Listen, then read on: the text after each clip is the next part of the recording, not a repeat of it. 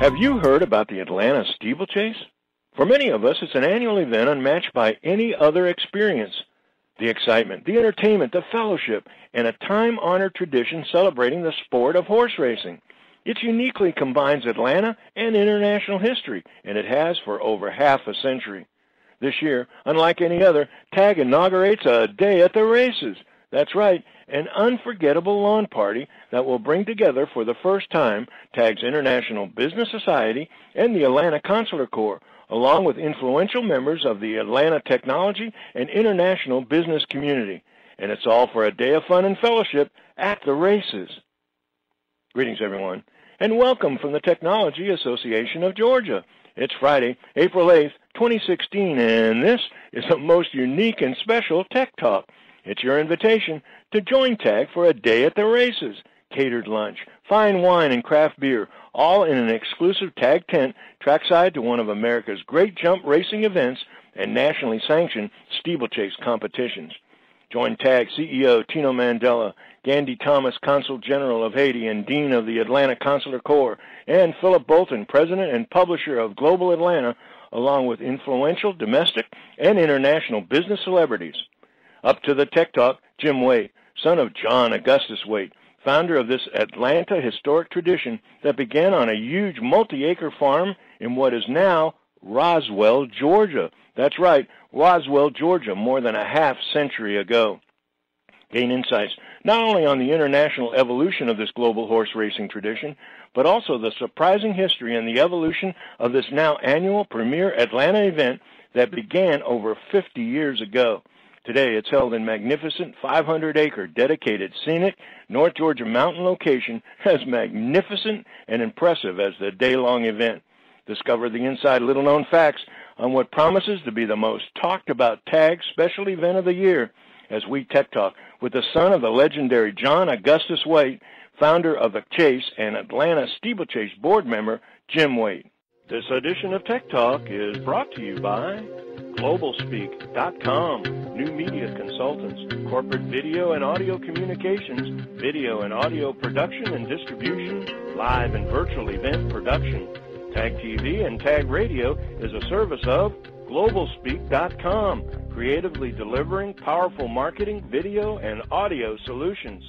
Jim, welcome to Tech Talk. Thank you, Frank. Unusual opportunity for us here on what is a focus usually on technology and technology companies of one kind or another. Today we're going to be focusing on an event that kind of is a combination of technology and some of the grassroots, literally, figuratively, of the history of Georgia and even broader than that, the history of horse racing and in this particular case, steeplechasing. So let's start out by, let's go to the history of steeplechasing for a lot of our listeners who I'm sure are aware of it currently, but maybe go back a little bit in time and tell us how it all began. Well, thanks for the opportunity, Frank. Steeplechasing goes back to probably the 17th century in England, United Kingdom, and it really evolved out of fox hunting, where I think people in the field, a couple of the more macho guys thought their horse was better than somebody else's, and so they basically engaged in racing from one town to the other or one steeple to the other and maybe back again. So it probably became more formalized in the 18th century and brought to the U.S. also in the early 1800s or mid-1800s. You know, what I think is interesting is that when you go back further enough in history and you get, the idea of how things actually began, there's such common sense or logic to it. For example, I think the case is that foxes were a problem, and the hounds were a way to keep the animals safe, and so in a way it was a form of protection. But I guess as time progresses and as I think guys will do, or any competitor, guy or girl, will do, they start saying, well, my dogs are better than your dogs, my horse is faster than your horse, and so now what happens, as you're describing, is that a couple of guys get together and say, well, wait a minute, let's go ahead and jump a few fences and a few rock walls, and let's see who can get to the steeple at the church quicker than you can. And then all of a sudden, it starts to be that much more competitive, and the next thing there's a whole, in fact, tell me if I'm wrong now, but as I understand it, there's actually an international and a national, I guess, association and circuit that actually manages or controls the actual events, the actual chases themselves as they occur around the United States and around the world? Sure, exactly. Each country has a separate body governing their racing, and specifically different types of racing. But going way back, I think human nature hasn't changed at all. Mm-hmm. I'm sure you would agree that everybody's always wants to have a test, a comparison, a race. And it's interesting today, even in NASCAR or Grand Prix, it's all about the horsepower under the hood. And that came from somewhere, right? And, right. Even in cowboy lore or whatever, if you had the biggest, baddest ass horse, then you're going to outrun everybody and get away with stealing the goal off the train or or catching the Indians or whatever it is. Well, kind of dependent on horses. Well, when you talk about it from an international standpoint, as relationship to the event that we're talking about today, I think you can't say a place in the world that horses aren't bred and horse racing doesn't occur. I know certainly things like Canada and Australia and France and the United Kingdom, they've been doing it for a long time, but it's even a case where it's even in some places like Japan. Sure. Japan, Hong Kong, for instance, the Happy Valley racing there, it's like one of the most successful franchise that exists there. They love to bet, and this is right up their alley. Look at Dubai. They have a $28 million horse race there every year, and they're not even allowed to have pari-mutuel betting. You tell me how that works. Well, I tell you, I've been to the Atlanta Steeplechase. I guess it's almost 15 years now consecutively, and it's an annual event for me and my family, my kids, and now even my grandkids. And it's such a great celebration of fellowship, but also when you think about what we're talking about here as far as the agricultural aspects of it and the simple things that seem to bring us together, like the idea of competitiveness on something as basic and as beautiful as a horse would be. Let's talk a little bit about from the history of Atlanta and the perspective of what some of our listeners, and especially I would even say recent people who have relocated to the greater Atlanta area, and probably going back more than just a few years, even a couple of decades, probably wouldn't know. But, like, for example, when it comes to sports, 1966, pretty big year, was the first year of the Atlanta Falcons. It was the first year of the Braves. But also, what happens with a fellow by the name of John Wayt Jr. in 66? Well, I like to put it in that perspective. It's also the first Super Bowl. But in 1966, my father and some friends, George Chase, et cetera, a group of 5, basically fox hunters from Shakerag Hunt, which is in present day Johns Creek. You wouldn't believe that we were fox hunting there back until the 70s, but we were. And it went beyond fox hunting. Let's have a steeplechase. Let's have a horse race. And my grandfather, we had some property on what is present day River Bend off of Holcomb Bridge Road near the Holcomb Bridge on the river. Mm. It's a golf and tennis club now, but that was our old hayfield, and they brought some people out there from the National Steeplechase Association and said, "Can we put a race course here?" And they're like, "Yeah, why not?" And that's what they did, and they raced there. That was the first steeplechasing in Georgia, which was 1966. Well, a lot of we're people in our 51st year. 51st year, and consecutively, I think, and we can go into this a little bit later, but I think by and large it's only been in 3 locations or 4 locations over that period of time. And just recently, I'm thinking maybe, was it 96, was it, when you guys moved? 97 was the first year.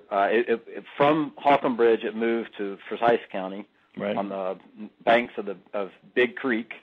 And then in 97, it moved to Kingston Downs on the Etowah River, right there between Cartersville and Rome in Kingston, Georgia. I'll tell you that for some of our listeners, just the location is incredible. I mean, it's absolutely, it's almost like Brigadoon. I mean, you can go out to the country. That stretch from Cartersville to Rome is a pretty area anyway. I think it's got some of the prettiest topography in Georgia.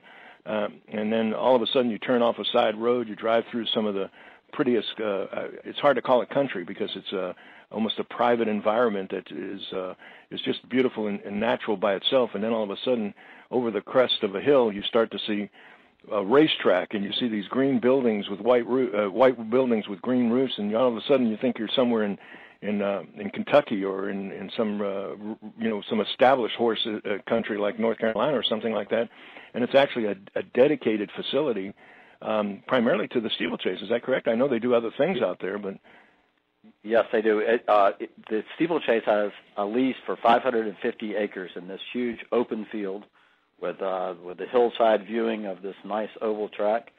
And really, there's not a man-made feature in sight from there other than the facility. And it's just beautiful in the 550-acre track now, which is really in the middle of a 7,000-acre piece of property that's privately owned. So the road in there is just this beautiful bucolic scenery. It's wonderful. I'll tell you that, and again for our listeners, the number of things you're going to be able to count from our discussion today for reasons why you'd want to go. If you haven't already been, if you've been, I guarantee you're probably going again just because you enjoy it so much. But there's so much activity, so many other things surrounding the activity itself, the celebration of the races, if you will, that you got to want to bring the kids. There's plenty of food, plenty of activities, and all kinds of things that you'd find at any type of a tourist facility to a degree. And I hate to even call it that because it's just not comparative to something that's so commercial as that, but it's just good family fun. But the difference is that it's this established tradition, and the races, you got a full race card, right? And there's a number of different races that occurred throughout the day. Activities probably start just about as soon as you want to get there, but I think things are setting up around, well, they're setting up for a week ahead of time, but around 10 o'clock, people start coming in by noon. People are established. There's corporate tents that surround the area. One of the corporate tents this year is going to be TAG in the international community. Even the Atlanta Consular Corps will be coming. It's just an amazing and exciting happening. I don't want to leave your father and the history aspect to a degree as it relates to because the geography that you're talking about are probably places that some of our listeners either live in today, work in today, or travel through just about every couple of weeks when they're going back and forth in business or shopping. But we're talking about primarily Roswell. We're talking about Cumming. You mentioned Shake Rag. Shake Rag really wasn't a city. It was sort of a community gathering. I mean, you would think of a time when there might have been a general store and the traditional potbelly stove, and the guys sitting around talking about have you got your garden in and have you gone hunting yet this year? And they were all neighbors. I mean, am I kind of exaggerating the point? But I'm trying to visualize what that must have looked at the time. Even at that time, even when we're talking about the 60s, it was still. It was rural. I mean, a lot of people today think in terms of Alpharetta of what it looks today and don't realize of what was there before. Give us a little description of Seven Branches and some of the area and the kind of farming. Was your father in the poultry, cattle combination? Did he have crops? What was the primary business he was in? All right, well, that's a handful to field here, but let me start. It even goes back further than that. Basically, the Shake Rag Hounds were originally a riding club based out of Buckhead, and they originally pretended or sort of fox hunted in the area north of West Basis Ferry Road all the way to Chastain Park and Nancy Creek and that whole area. And there was there used to be a guy that had cows there up until the 70s, maybe the early 80s on Moccasin Hollow on Nancy Creek. Wow. Anyway, so I'm envisioning you could ride your horse to Phipps Plaza, huh? Exactly. but really a little bit further west. But they would ride around there, and everybody had a few horses, and it was strictly it wasn't any big deal. So they had the great idea to move to what is that northern part of northeastern Fulton County, which is now Johns Creek, where the Guinness Ferry Road area meets the river. And so this was sort of their first foray into the real rural countryside of Georgia. And you're right, it was a little filling station there, and it was called Shake Rag, Georgia. And a number of these people that participated in the riding club and riding together in Atlanta bought tracks around there, and then they sort of got permission to ride on the other farmers' tracks. And And here these Atlanta people would come out to the sticks in North Fulton County and invade them with their horses and red coats and riding around in hounds and everything else, and it seemed to work out quite well. Well, you bring up something another thing that is maybe it's an exaggerated term to use the majesty of the redcoats, but if you're not into equestrian riding and you just see it, it's something that you almost think in terms of an antique drawing of something back in the 17th or 18th century or something, in somewhere in London or in the British countryside. But when they dress out, and they dress out with the hounds, and that's part of the celebration that happens every year, is they dress out and do I guess they call it the March of the Hounds, I'm not sure, but when they all come in full dressage and they come out in their full red riding outfits, and it's just another one of the rituals that just makes the steeplechase special and what it is. We're quickly running out of time, and I apologize because I think a lot of our listeners are probably intrigued and would want to hear and are going to want to hear more. I think probably let's just drift into a little bit of the fact of what it is today. It's obviously coming up in the next few days, few weeks, depending on when you're listening to this podcast. But it is the 23rd of April, and it's going to be at Kingston Downs. The information is on the website, and more information on the tag site if you haven't already booked your scheduled the event with the actual promotion that's going on with the Tag International Business Society. Jim, I guess one of the things I'll end it with is you've got to be. What a great thing! I mean, what a legacy that you're to remember your father and to remember not only him but the time and the kind of person that he represented, and George Chase as well, and the Chase family. And these are, it's an honor to have an opportunity to meet you guys, to be around you guys, even if it's just once a year. Sounds a little corny, but I think it's important for our listeners to understand that it's a fun time, it's a great time. There's a lot of history, a lot of excitement. When I say the races are exciting, I can guarantee you that there's actually programs, and depending on the kind of seating you're getting, we usually get a table and bring the kids and family. Like I say, I won't say there's betting, but there's certainly some gentleman competitiveness going on in terms of picking what we think is the right color outfit that the particular breeders are wearing. That's about as the extent of my knowledge of horse racing goes. But it's always a blast, and it's always a fun time. But hats off to you, and hats off to the family, and hats off to the organization, the board of directors that have kept this going, not only over 50 years, but each year it just gets better and better and better.